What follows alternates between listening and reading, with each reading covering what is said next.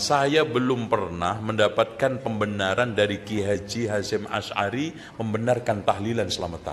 Bahkan definisi beliau tentang masalah bid'ah cukup baik. Orang ini dulu Zain Abidin sudah kami bongkar kebohongannya atas nama Al-Imam An-Nawawi rahimahullahu ta'ala tentang masalah hukum mengusap wajah selesai berdoa. Dan dia juga berdusta, berbohong atas nama Al-Hafiz Imam Ibnu Hajar Al-Asqalani dalam kitab Fathul Bari Syarh Sahih Bukhari tentang masalah hukum imsak. Sekarang malah ditambah mengatasnamakan Hadratus Syekh pendiri Jamiah Nahdlatul Ulama tentang masalah hukum tahlil. Silakan cek bagi teman-teman yang punya kitab ini, monggo lihat dalam kitab Risalatu Ahli Sunnati wal Jamaah fi Hadithil Mauta wa Asratis Sa'ah wa Bayani Mafhumis Sunnati wal Bid'ah. Ini karya daripada Hadratus Syekh pendiri Jamiah Nahdlatul Ulama, punya kami terbitan Maktabatut Turas Al-Islami bi Ma'had Tebu Ireng Jombang. Pada halaman 8, walidha qasama Ibnu Abdissalamil hawaditha ilal ahkamil khamsati faqala al bid'atu fi'lu ma lam yu'had fi asri Rasulillah sallallahu alaihi wasallam wajibatun kata'allumin nahwi wa gharibil kitabi was sunnati mimma yatawaqqafu fahmus syari'ati alaihi. Oleh sebab itulah Imam Ibnu Abdissalam membagi perkara-perkara yang baru menjadi 5 hukum. Al-bid'atu fi'lu ma lam yu'had fi asri Rasulillah sallallahu alaihi wasallam. Bid'ah yaitu segala perkara, perbuatan yang tidak pernah terjadi di zaman Nabi kita Muhammad sallallahu alaihi wasallam. Itu bid'ah. Namun bid'ah ini ada 5 hukumnya. Perkara baru yang belum ada di zaman Nabi ada 5. Yang pertama wajibatun, hukumnya wajib. Contohnya kata alumin nahwi, yaitu mempelajari ilmu nahwu, wa gharibil kitabi atau lafaz-lafaz yang asing yang terdapat dalam Alkitab ataupun Al-Quran, wa sunnati mimma yatawaqqafu fahmus syari'ati alaihi, yaitu ilmu yang dengan ilmu itu kita bisa memahami ilmu syariat. Yang kedua wa muharramatun, ada bid'ah yang hukumnya haram. Apa itu? Kamazhabil qadariyati wal jabriyati wal mujassimati, yaitu mazhab atau kelompok aliran qadariyah, aliran jabariyah dan aliran mujassimah, yaitu menjisimkan Allah subhanahu wa ta'ala. Ini bid'ah yang haram. Yang ketiga wa mandubatun, contohnya yang ketiga ini bid'ah atau perkara baru yang dianjurkan, yaitu membuat pondok pesantren dan membuat lembaga pendidikan atau madrasah. Begitu juga contohnya wa kulli ihsanin lam yu'had fil asril awwali, atau semua kebaikan yang memang belum ada di zaman awal atau di zaman Nabi Muhammad maupun para sahabat. Wa makruhatun, dan juga ada bid'ah yang hukumnya makruh. Ya contohnya kazakhrafatil masajidi, ya contohnya menghias masjid, wa tazwiqil masahifi, ataupun menghias mushaf-mushaf Al-Qur'an, wa mubahatun, dan ada juga bid'ah yang mubahah, bid'ah yang boleh. Contohnya kal musafahati aqiba sholati subhi wal asri, bersalaman setelah selesai melakukan sholat subuh dan bersalaman setelah selesai melakukan sholat asar. Ini contoh bid'ah yang boleh. Begitu juga watawassu' fil ma'kal wal masyrab wal malbas wa ghairi dzalik. Banyak teman-teman. Jadi bid'ah ada 5. Ada bid'ah yang hukumnya wajib, ada bid'ah yang hukumnya haram, ada bid'ah yang hukumnya mandubah, ada bid'ah yang hukumnya makruhah, ada bid'ah yang hukumnya mubahah. Oleh sebab itulah kata Hadratus Syekh pendiri Jamiah Nahdlatul Ulama, fa idza arafta ma dzukira, ketika Anda sudah tahu apa yang sudah dijelaskan tadi, maka Anda akan mengerti annama qila, sesuatu yang dituduh annahu bid'atun. Kamu akan tahu sesuatu yang dituduh sebagai bid'ah ini, contohnya yang dituduh bid'ah oleh kaum-kaum Wahabi itu apa? Kattikhadis subhati, yaitu zikir menggunakan tasbih. Allah, Allah, Allah, subhanallah, subhanallah, subhanallah. Itu kan dituduh bid'ah oleh kaum Wahabi. Kemudian watalafudzi bin niyati, melafatkan niat, usolli, kan juga dituduh bid'ah. Wattahlili indat tasadduqi anil mayyiti ma'adamil mani'i anhu, atau membaca tahlil la ilaha illallah ketika sedang bersedekah atas nama mayit, asalkan sedekah itu tidak ada penghalang. Ya contohnya ahli warisnya ada yang mahjur alaih. Wa tahlili inda tasadduq, membaca la ilaha illallah ketika kita bersedekah, bersedekah makanan, bersedekah apapun sudah. Ini sama sekali tidak pernah diharamkan, tidak pernah dituduh bid'ah yang sesat oleh pendiri Jam'iyah Nahdlatul Ulama.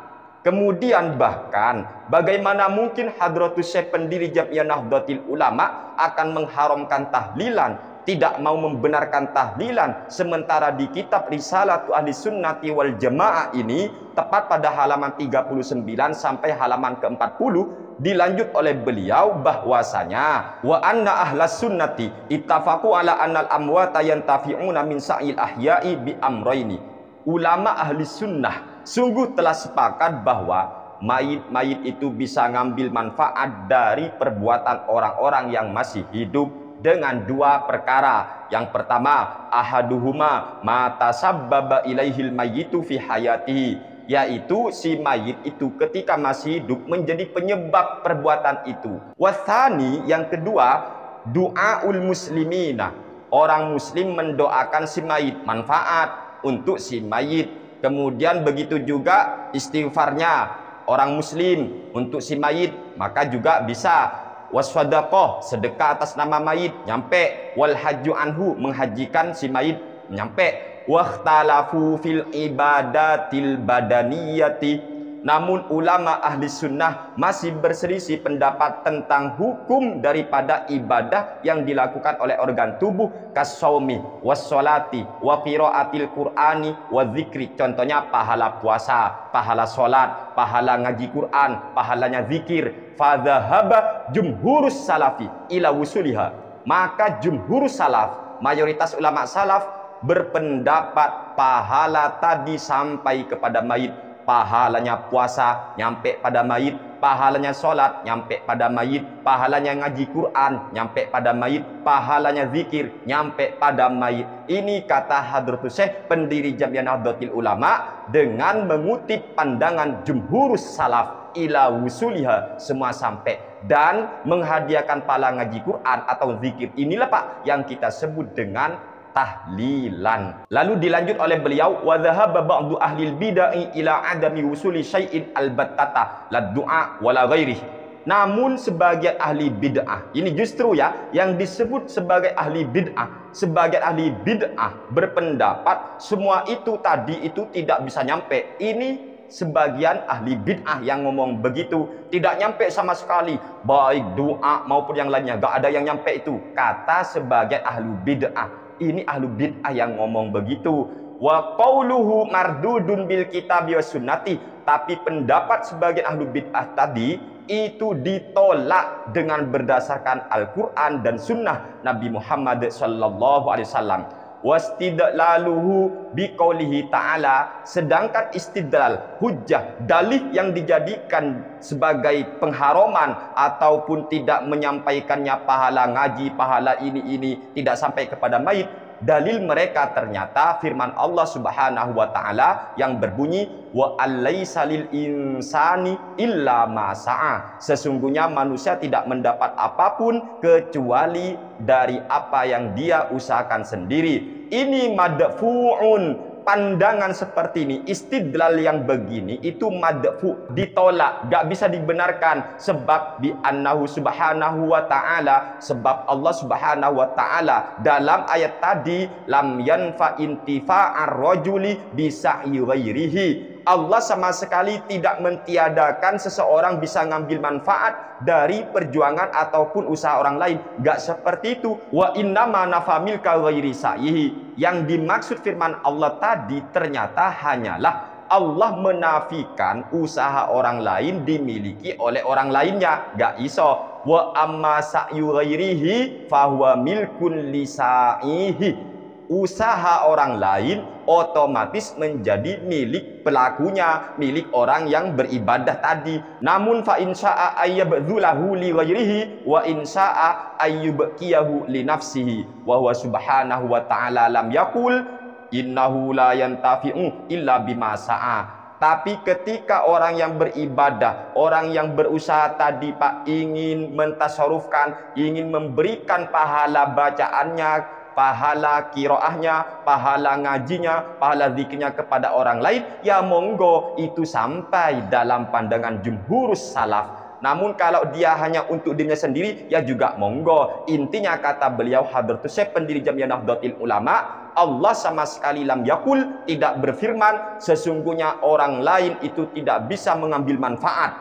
Gak pernah ngomong gitu Pak.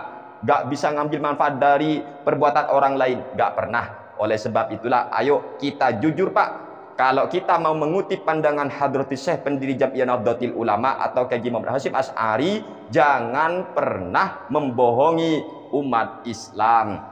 Justru yang ada di sini Pak, dalam kitab Risalatu Ahlussunnah wal Jamaah itu termasuk pelaku bid'ah itu siapa sih?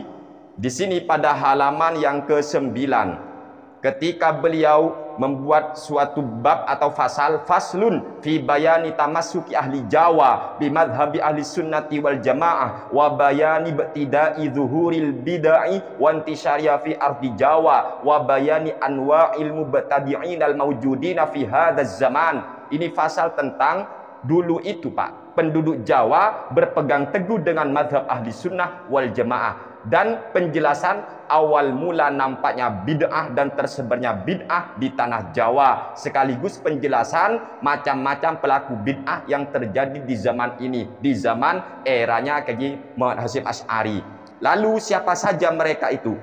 Orang-orang yang bikin atau membawa ajaran baru itu Pak. Di sini ternyata dijelaskan, wa minhum firqatun yattabi'una ra'ya Muhammad Abduh wa Rasyid Ridho. Pendapat-pendapat nyeleweng itu, ada kelompok yang mengikuti pandangan Muhammad Abduh, pandangan Rasyid Ridho. Wa ya'khuduna min bid'ati Muhammad ibn Abdul Wahhab bin Najdi, dan mereka mengambil bid'ah yang diajarkan oleh Muhammad bin Abdul Wahhab An-Najdi.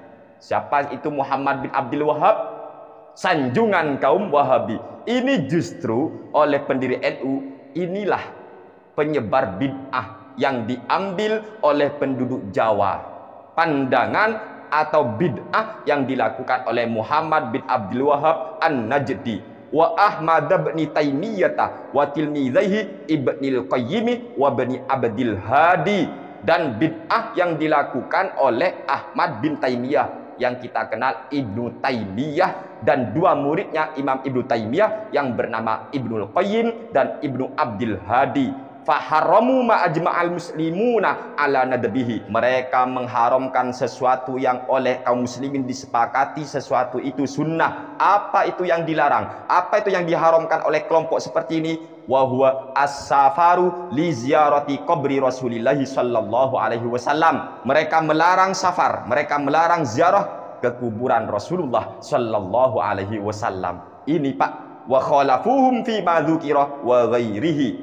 Mereka menentang kaum muslimin dari apa yang sudah dijelaskan maupun yang lainnya. Ayo, kalau kita memang mau mengutip pandangan pendiri NU, sudah tentang tahlilan, NU jelas menyatakan boleh, tidak bid'ah. Dan andai kata mau menjelaskan masalah bid'ah versi pendiri NU, bid'ah itu ada 5 Pak. Beliau mengutip pendapat daripada Syekh Ibnu Abdissalam, yaitu ada bid'ah yang haram, ada bid'ah yang mandubah, ada bid'ah yang mubahah, ada bid'ah yang makruhah, ada bid'ah apalagi itu yang wajib. Dan bid'ah yang haram diantaranya apa Pak?